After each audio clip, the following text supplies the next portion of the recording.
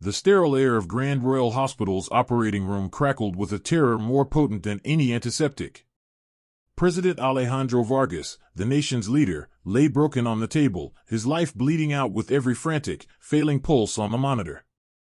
A bullet, a phantom menace, was lost somewhere within his chest, baffling the city's most brilliant minds. Dr. Rhys Sterling, chief surgeon and a titan of his field, roared orders, his famous composure shattering into a frantic, ego-driven search. His reputation, his very career, was bleeding out with the president. Rookie nurse Aisha Ndidi, a quiet silhouette at the periphery, felt a cold dread clawing at her throat. She was just another pair of hands in this elite theater, utterly overshadowed by the panicked giants. Yet, beneath her fear, her eyes, honed in conditions far grittier than this, were sharp, scanning not just the monitors but the unseen. This pristine OR was nothing like the chaotic, makeshift clinics where she truly learned her craft, but the raw, visceral urgency of a life hanging by a thread was achingly familiar. As the frantic search faltered, a quiet, almost imperceptible tremor began to register only in Aisha's focused gaze, a tremor everyone else, blinded by their own desperation and hubris, utterly missed. She knew, deep in her gut, that they were looking in the wrong place, and only she held a terrifying, crucial piece of the puzzle. The sterile air of the Grand Royal Hospital's operating theater, usually a sanctuary of controlled precision, now crackled with a desperate, frantic energy. President Vargas lay splayed on the table, a stark, pale figure against the pristine drapes, his lifeblood steadily ebbing. Dr. Rhys Sterling, chief of surgery, a man whose public persona was as sculpted and impenetrable as the marble statues in the hospital's grand foyer, was now a portrait of barely contained fury. His hands, usually so deft, moved with an almost savage urgency, probing, retracting, his eyes darting across the surgical field for the elusive bullet. Each failed search was a fresh blow to his towering ego, each passing second a public indictment of his celebrated skill. Beside him, Dr. Hiroki Sato, the trauma lead, maintained a chilling, almost detached focus, though the tension in his rigid shoulders betrayed his internal struggle. Sato, a man for whom reputation was currency, wasn't prone to Sterling's histrionics. Instead, he preferred cold logic, unyielding protocols, and a dismissive contempt for anything that deviated from the established order. His gaze, however, mirrored Sterling's growing despair, confirming the terrifying reality: the bullet was not where it should be, and the president was rapidly deteriorating. "Where is it, damn it?" Sterling snarled, his voice a low growl, his gaze flicking to the monitors that flashed increasingly alarming vital signs. Another scan. "Someone get a portable." "No, wait, we've already done 3.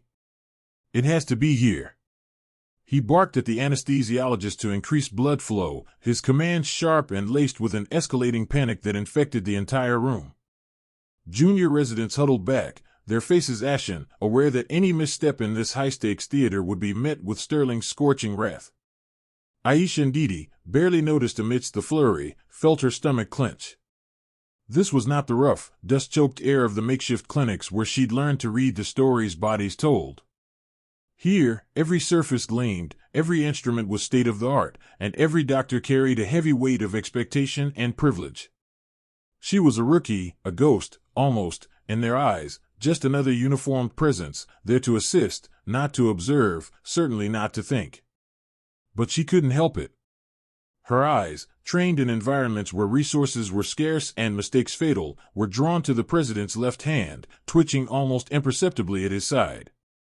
A minute, rhythmic tremor.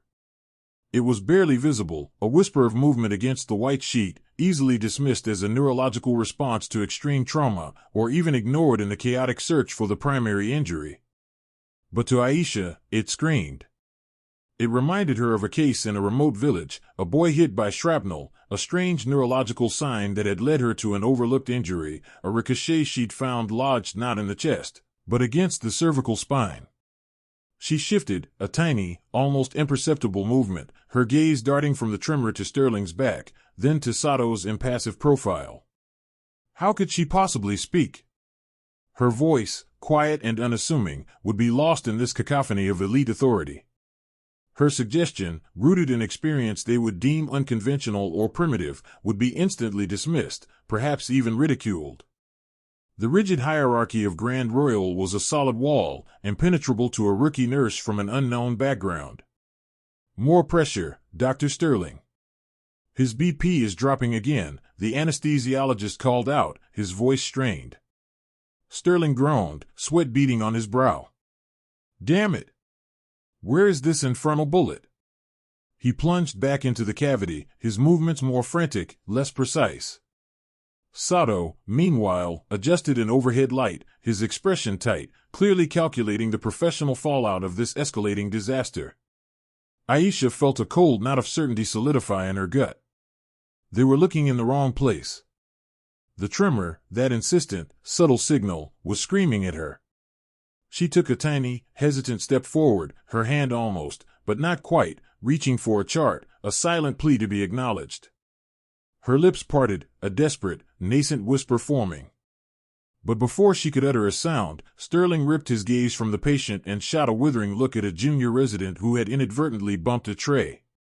Nurse, sterilize that immediately, he snapped, his eyes flashing with irritation, not even registering Aisha's near movement, nor the question in her eyes. His frustration was a tangible, oppressive force in the room, crushing any nascent thought that dared to challenge his authority. Sato merely grunted, his focus returning to the patient's exposed abdomen, reinforcing the unspoken message, focus on your duties, stay in your lane. Aisha recoiled, her heart sinking. She was invisible. Her knowledge, her observation, was a solitary burden, trapped behind a wall of arrogance and protocol.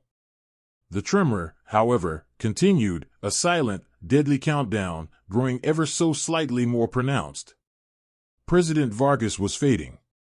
And no one, except her, was looking at the right signs.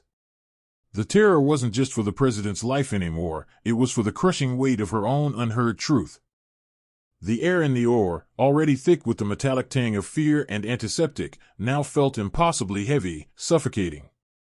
President Vargas's monitors shrieked a new, more insistent alarm.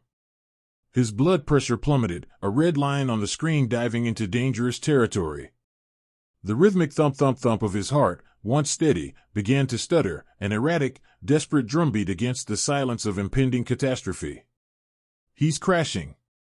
Dr. Sterling roared, his voice cracking with a raw edge of panic. Sweat beaded on his brow, dripping onto his pristine mask. His gaze, wild and frantic, darted around the cavernous abdominal wound, his hands probing with renewed, almost desperate, intensity. More suction. Where is it? It has to be here. His focus was absolute, laser-sharp on the visceral landscape of the president's torso, convinced the elusive bullet must be nestled within. But every frantic probe yielded nothing but more blood, obscuring his vision, fueling his growing despair. His movements became less precise, more agitated, betraying the veneer of his renowned composure. This was a critical error born of ego and mounting terror. He was narrowing his focus when the body was screaming for a broader understanding. Dr. Sato, usually stoic, exhaled a sharp, frustrated breath. His eyes, typically sharp, now held a glint of genuine alarm, but his attention, too, remained fixed on the churning red mess in the patient's abdomen. He barked orders for vasopressors, the urgency in his tone echoing Sterling's own. Prepare for massive transfusion. We're losing him. Aisha, a silent sentinel by the instrument tray, felt the tremors in President Vargas's limbs intensify. What had been a subtle, almost imperceptible twitch was now a distinct, rhythmic quivering in his fingers, a faint but undeniable spasm rippling through his extremities, even his jaw. Her battlefield training screamed at her, this wasn't just blood loss. This was neurological. This was different. This was the spine. Her mind raced, flashing back to a dusty, makeshift clinic in a remote Sierra Leone village. A child, shot by a stray bullet, bleeding profusely. Doctors had focused on the exit wound in the thigh, but the child's legs had begun to seize. Aisha, then a naive but observant medic, had suggested, timidly, a different trajectory, a ricochet off the hip bone, impacting the lumbar spine. They had scoffed, but eventually, out of sheer desperation, had checked. The bullet was there, pressing against the spinal cord. The memory was vivid, the stakes identical, a life hanging by a thread, dismissed because of assumptions. Now, the same cold dread seized her. She saw the same telltale signs. But here, in this gleaming temple of medicine, her quiet insight was a shadow against the blazing light of their perceived expertise. She gripped a sterile forceps, her knuckles white. Her breath hitched. The words formed on her tongue, sharp and clear, the tremor, it's neurological. Could it be a ricochet off the ribs, into the thoracic spine? She opened her mouth, a desperate, silent plea forming behind her lips. But just then, Dr. Sterling bellowed, "Damn it, his pulse is fading. Someone get me a fresh pack of sponges, now." His voice, raw with desperation, drowned out any nascent thought she might have dared to voice. He didn't see her, he barely saw the patient, truly, only the problem he couldn't solve, the bullet that mocked his surgical prowess. Dr. Sato shot a glare at the circulating nurse, who fumbled with a new sponge pack. "Move! His brain isn't perfusing properly." He turned back to the president, his own frustration palpable, a grim mask settling over his features. Aisha's heart pounded against her ribs, a frantic hummingbird trapped in a cage. Her body trembled, mirroring the president's subtle convulsions. The weight of her unspoken truth pressed down on her, an unbearable burden. Every second that passed, every missed opportunity, was a chisel chipping away at President Vargas's life. She could feel it, an acute, gut-wrenching certainty, they were looking in the wrong place. And the consequences, for this man, for his country, for her own conscience, would be catastrophic. Fear, hot and acrid, flooded her senses. Fear of challenging the gods of this operating theater, fear of being scorned, humiliated, fired. But beneath it, a stronger, colder dread began to bloom, the fear of failing to act, of watching a life extinguish when she held a flicker of hope. President Vargas's face, already pale, was now tinged with an alarming cyanosis. His breathing became shallow, ragged gasps. The monitors screamed their desperate symphony. Time was running out. She had to speak. The alternative was a silence she knew would haunt her forever. Her career, her reputation, even her future, suddenly seemed utterly meaningless against the horrifying clarity of the president's impending demise. Aisha's struggle to be heard, despite her vital insight, echoes a feeling many of us know, the universal experience of the underdog, overlooked yet holding a crucial key. If you connect with stories where quiet courage triumphs and hidden wisdom finds its moment, you've found your community. We believe everyone deserves to be seen, just like Aisha. Join us now. By subscribing, you become part of our global community of story lovers, helping us bring even more compelling, inspiring narratives to life. It's more than a click, it's an invitation to champion these incredible journeys with us. Hit that subscribe button, let's keep building this amazing shared world. The monitors shrieked, a relentless siren call signaling imminent demise. President Vargas's cyanosis deepened, a ghastly blue creeping across his face, a visual confirmation of Aisha's worst fears.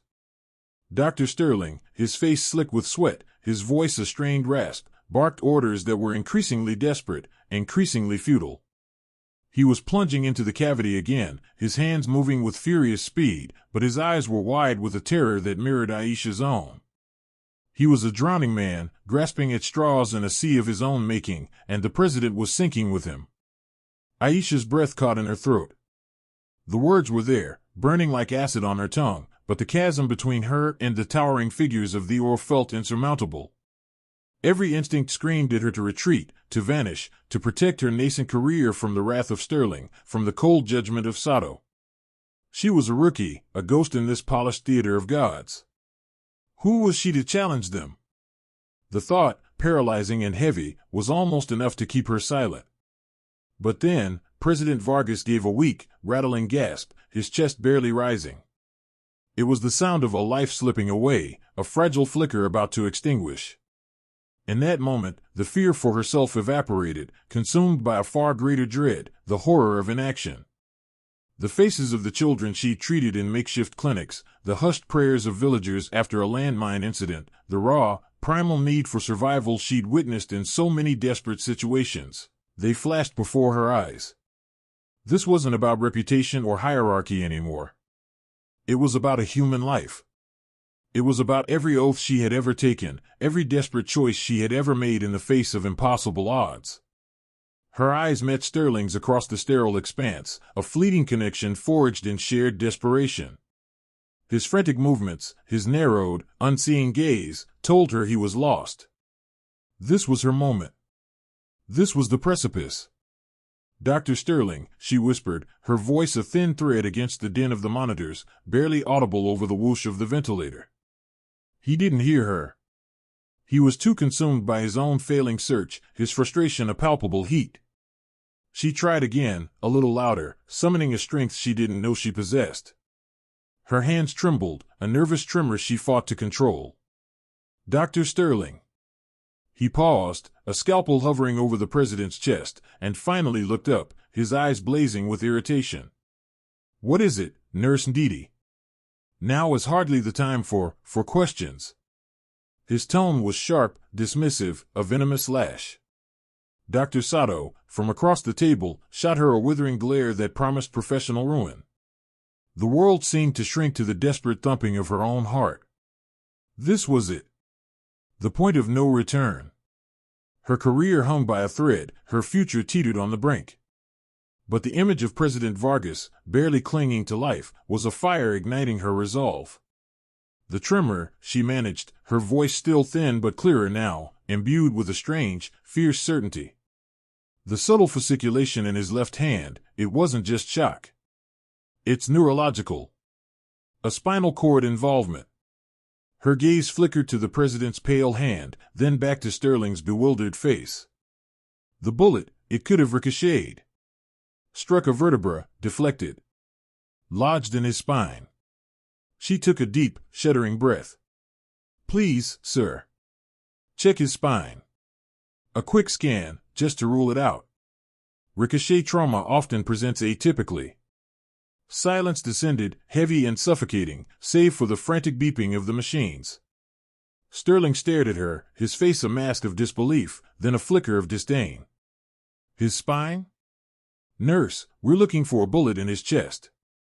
Are you suggesting I abandon a vital thoracic exploration based on a hunch about a hand tremor?"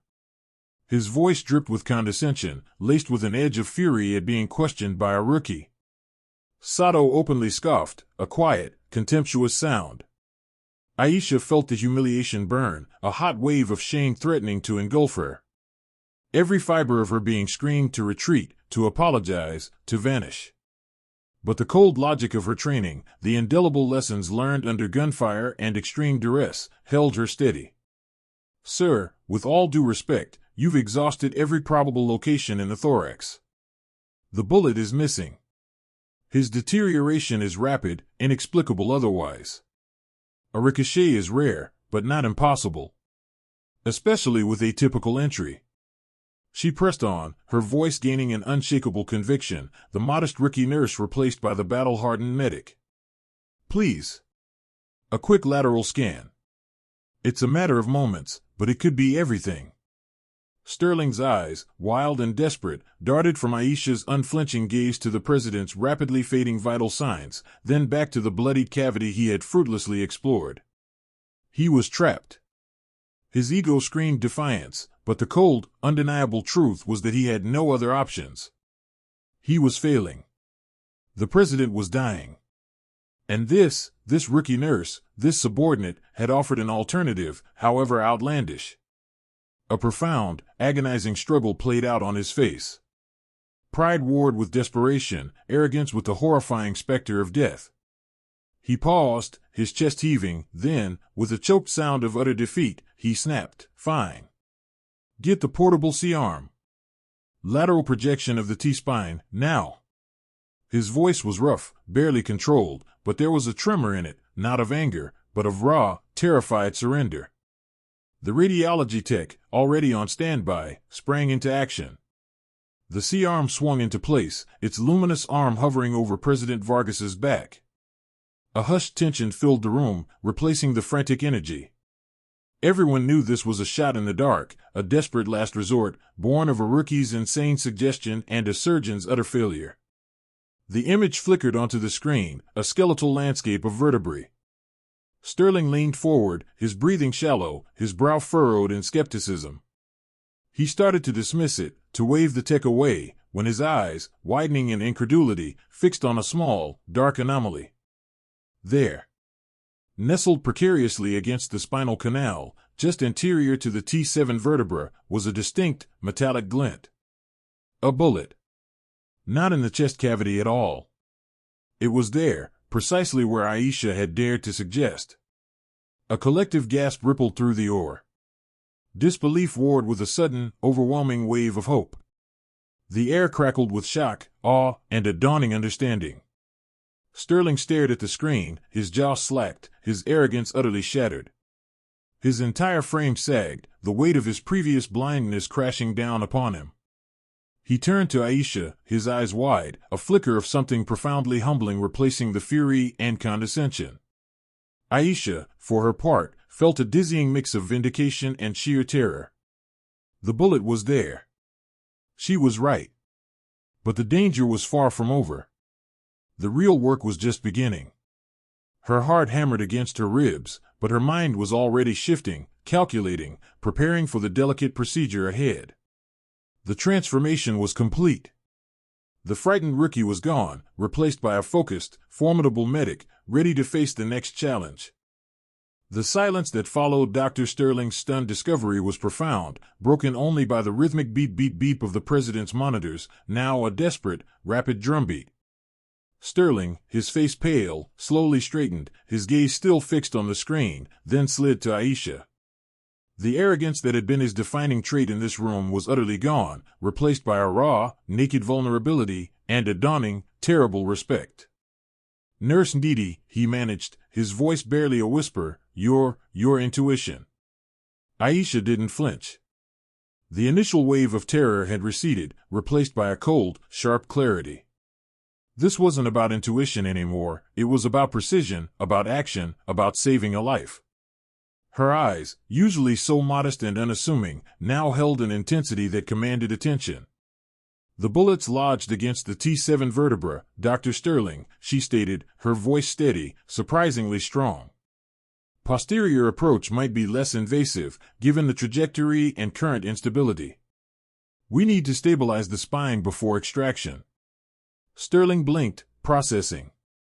He, the renowned chief surgeon, was taking orders, detailed clinical directives, from a rookie nurse. He looked at Dr. Sato, whose own face was a mask of disbelief, eyes wide.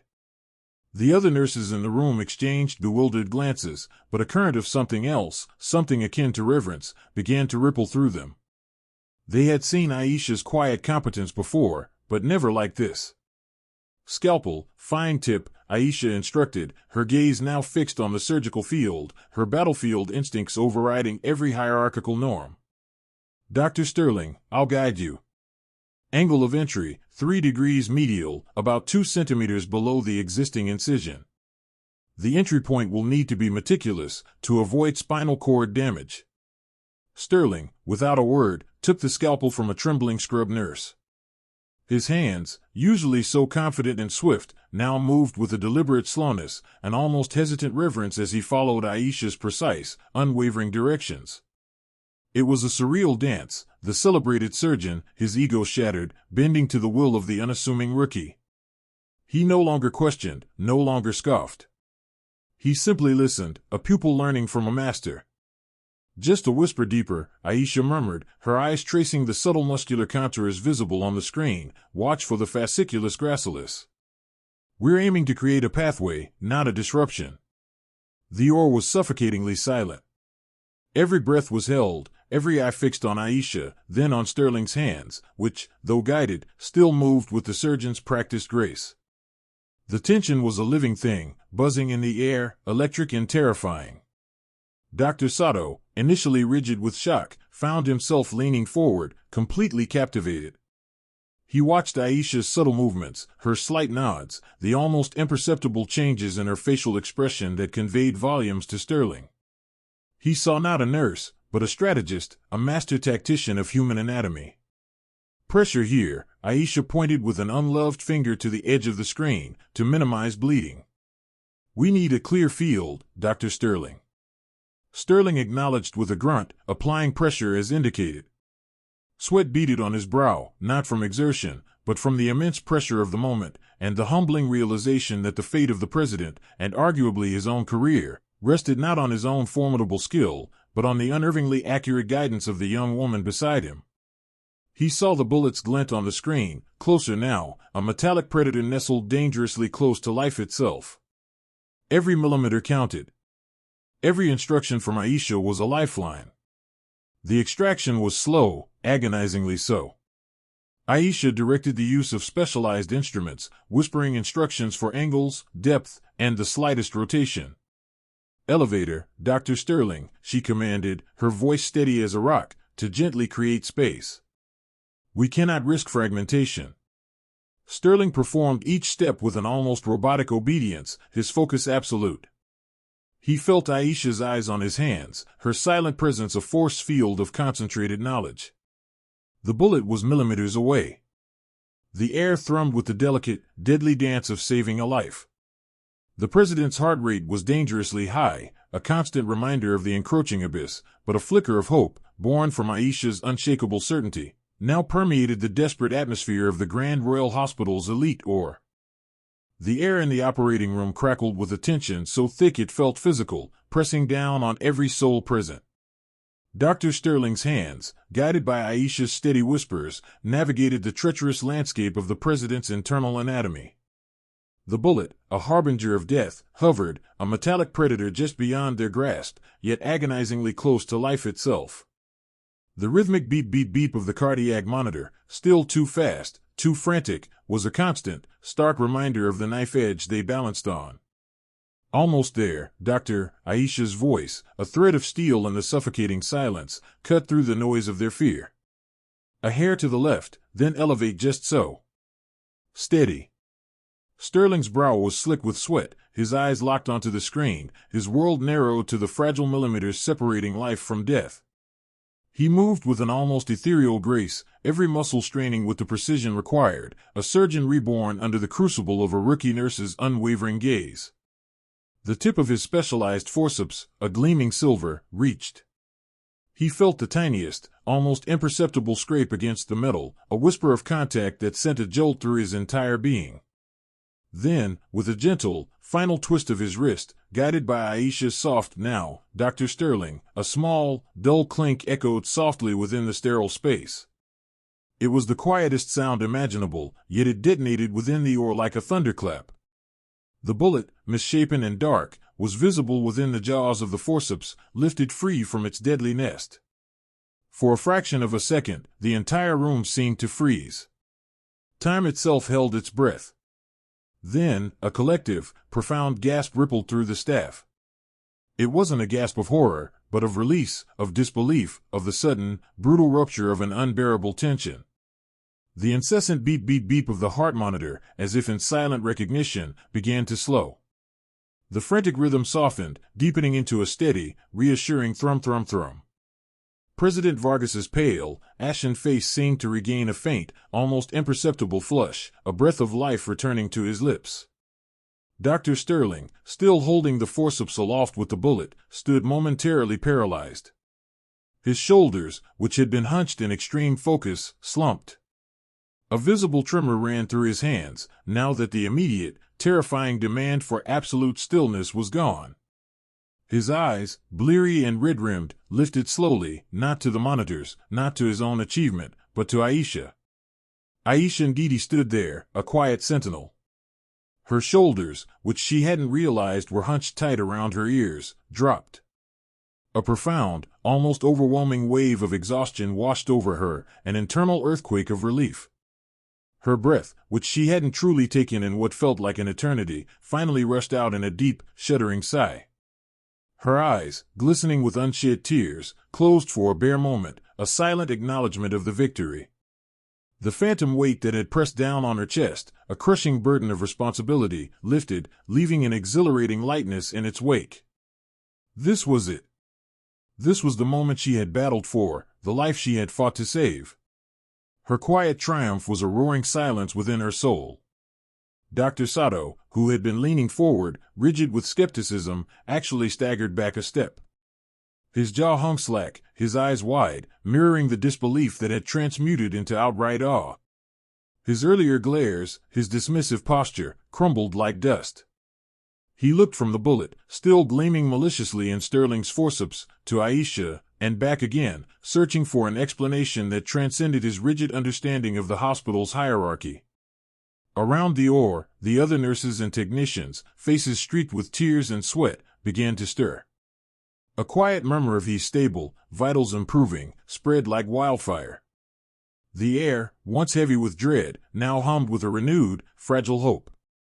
The relief was palpable, a shared exhale that cleared the suffocating fear from the room. Sterling, still staring at Aisha, finally broke the silence. His voice, usually booming with authority, was a raw, humbled whisper. "Aisha, you did it." He didn't say we. He didn't claim the victory. He recognized the guiding light. He carefully placed the bullet into a sterile specimen cup, then turned fully to her, his gaze holding a profound, unspoken gratitude and a newfound respect that radiated from his very core.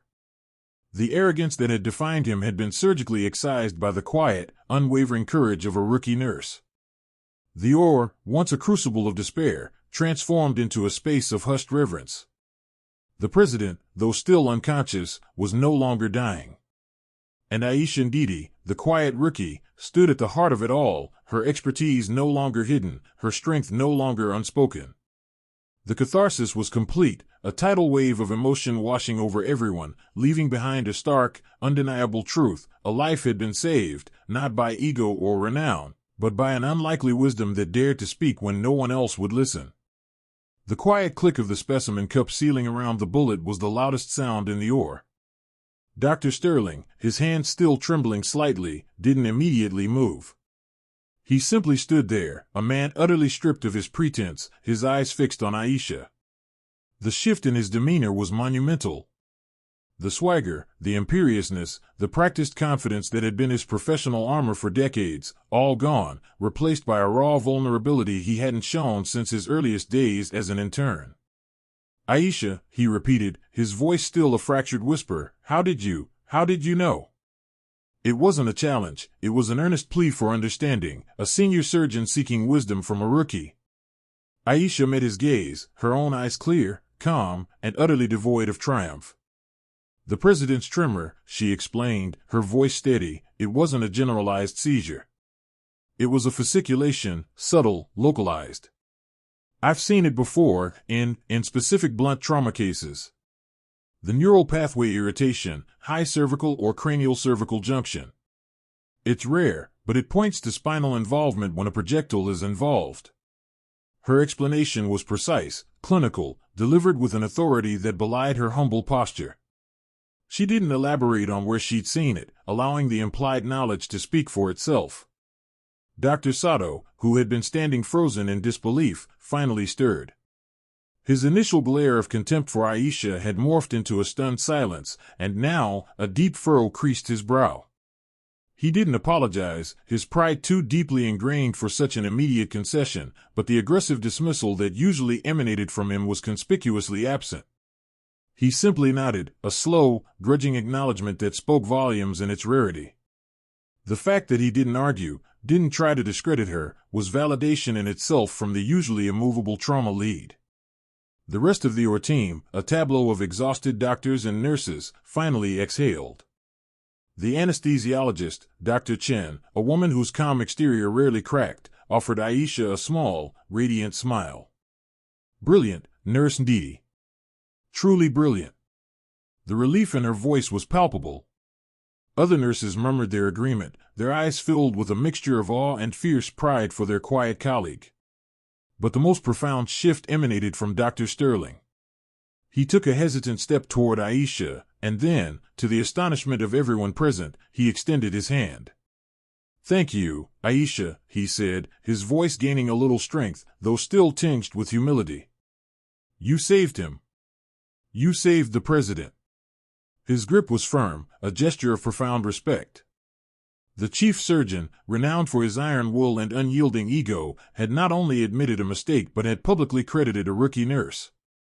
It was a transformation that would ripple through the Grand Royal's rigid hierarchy for years to come. As Aisha quietly accepted the praise, deflecting it gracefully, "We all did, Doctor." Team effort. The charge nurse, Evelyn Hayes, a woman who rarely showed emotion, stepped forward. Her voice, usually sharp and efficient, softened with admiration as she addressed the room. "What Nurse Ndidi isn't telling you," Evelyn began, her gaze resting proudly on Aisha, "is that she wasn't always just a nurse. Before coming to us, Aisha served for years as an independent medical volunteer, a battlefield medic, in some of the most remote, low-resource, and dangerous regions on Earth. She's seen more complex trauma, more impossible scenarios, than most of us will in a lifetime of sterile ORs." A hushed awe fell over the room. The revelation explained everything: the preternatural calm, the laser focus, the atypical insight. It wasn't just book knowledge, it was knowledge forged in fire, honed by necessity and an unwavering commitment to life in conditions where every second counted and every resource was scarce. This wasn't merely a qualification, it was a testament to her character, her resilience, her profound capacity for empathy and quick thinking under duress. Aisha, though slightly embarrassed by the sudden spotlight, didn't deny it. She offered a small, shy smile. I just apply what I've learned, wherever I am. Every life matters." Her humility, even in this moment of undeniable triumph, was her most defining trait. She hadn't sought glory or recognition, she had simply responded to the call of a critical patient, driven by an inherent compulsion to heal. The validation wasn't just for her skills, but for the very core of who she was, a quiet hero, forged in adversity, now shining brightest in the most elite of settings. The sterile walls of the Grand Royal had witnessed not just a medical miracle, but the quiet, undeniable rise of an extraordinary spirit. The sterile air of the Grand Royal, once thick with rigid hierarchy and unspoken dismissal, began to breathe differently in the days and weeks that followed. Aisha Ndidi's quiet act of courage had not just saved a life, it had cracked open the polished facade of the institution, allowing a new current of respect and genuine collaboration to flow through. For Aisha, the transformation was profound, yet entirely true to her character. She didn't seek the spotlight, but it found her. Offers poured in, from prestigious teaching hospitals, from international aid organizations keen to leverage her unique skill set, even from government agencies interested in developing specialized trauma protocols. Dr. Evelyn Reed, the hospital's CEO, personally created a new, advanced trauma response unit, placing Aisha not just as a senior nurse, but as a consultant, a role unprecedented for someone of her initial rank. Her days now involved not only direct patient care but also training sessions where she shared insights gleaned from war zones and remote clinics, methods that were unconventional by Grand Royal standards but undeniably effective. She found an authentic bridge between her hidden past and her blossoming present, no longer needing to compartmentalize the woman forged in fire from the nurse navigating elite corridors. She was simply Aisha, her diverse experiences now her undeniable strength. Dr. Rhys Sterling, humbled and deeply changed, became her most vocal advocate. The arrogance that had once defined him melted into a genuine admiration and a thirst for knowledge he hadn't realized he lacked. He found himself seeking Aisha out, not just for formal consultations but for informal discussions in the quiet moments between surgeries. "How would you approach this, Nurse Ndidi?" he'd ask, his tone devoid of condescension, steeped instead in genuine curiosity. He began to challenge his own assumptions, advocating for more interdisciplinary collaboration and, crucially, for the active solicitation of input from all levels of staff. His surgical team noticed the shift, his brusque commands softened into thoughtful discussions, and he became a mentor not just in technique, but in humility. The president's bullet hadn't just changed the political landscape, it had fundamentally reshaped the soul of the Grand Royal's chief surgeon. Dr. Hiroki Sato, however, found his carefully constructed edifice of reputation beginning to crumble. While his surgical skills remained sharp, his dismissive attitude, once tolerated, was now viewed with a critical eye. He received a formal reprimand for professional conduct during the Vargas case, and silently, subtly, his influence waned. Younger doctors, emboldened by Aisha's example and Sterling's newfound openness, were less inclined to accept his pronouncements without question. Sato remained at the Grand Royal, but he was a diminished figure, forced to grapple with the bitter pill of witnessing a junior nurse's rise directly at his own expense, a stark reminder that empathy and open-mindedness were as critical as technical prowess. The ripple effect extended throughout the hospital. There was a palpable loosening of the rigid hierarchy. A new Speak Up initiative was launched, explicitly encouraging nurses, technicians, and even orderlies to voice concerns or observations without fear of reprisal. The incident with President Vargas became a cautionary tale, a powerful lesson embedded in Grand Royal lore, a life almost lost because the most vital information came from the least expected source, initially unheard. President Alejandro Vargas made a full and remarkable recovery, his gratitude to Aisha publicly and effusively expressed. He visited the Grand Royal weeks later, not as a patient, but as a man given a second chance, shaking Aisha's hand with a profound, personal sincerity that transcended political formalities. "You didn't just save my life, Nurse Ndidi," he'd said, his voice low. "You reminded us all that true leadership often speaks in a whisper, not a shout." Aisha Ndidi, the rookie nurse who had once felt like an outsider, now stood confidently at the heart of the Grand Royal, her quiet strength acknowledged, her unique expertise celebrated. Her journey was a testament to the enduring power of authenticity, the courage to speak truth to power, and the profound ripple effect one brave act can have on an entire institution. It was a story not just of medical triumph, but of human growth, demonstrating that the most impactful transformations are often born from unexpected moments of crisis, forging hope and a lasting legacy of change in the most unlikely of heroes. The Grand Royal, for all its gleaming efficiency, had finally learned to truly see. Aisha's incredible journey reminds us that true strength often speaks in a whisper, and that profound change can blossom from the quietest courage. Her story challenges us to look beyond titles and hierarchies, to truly see the invaluable expertise hidden within every individual. What unexpected hero has inspired you to see the world differently? Share your thoughts below. If Aisha's triumph resonated with your heart, please join our growing global community by hitting that subscribe button. Your support empowers us to continue crafting more compelling and meaningful stories like this one. Thank you so much for watching and for being a cherished part of our shared storytelling journey.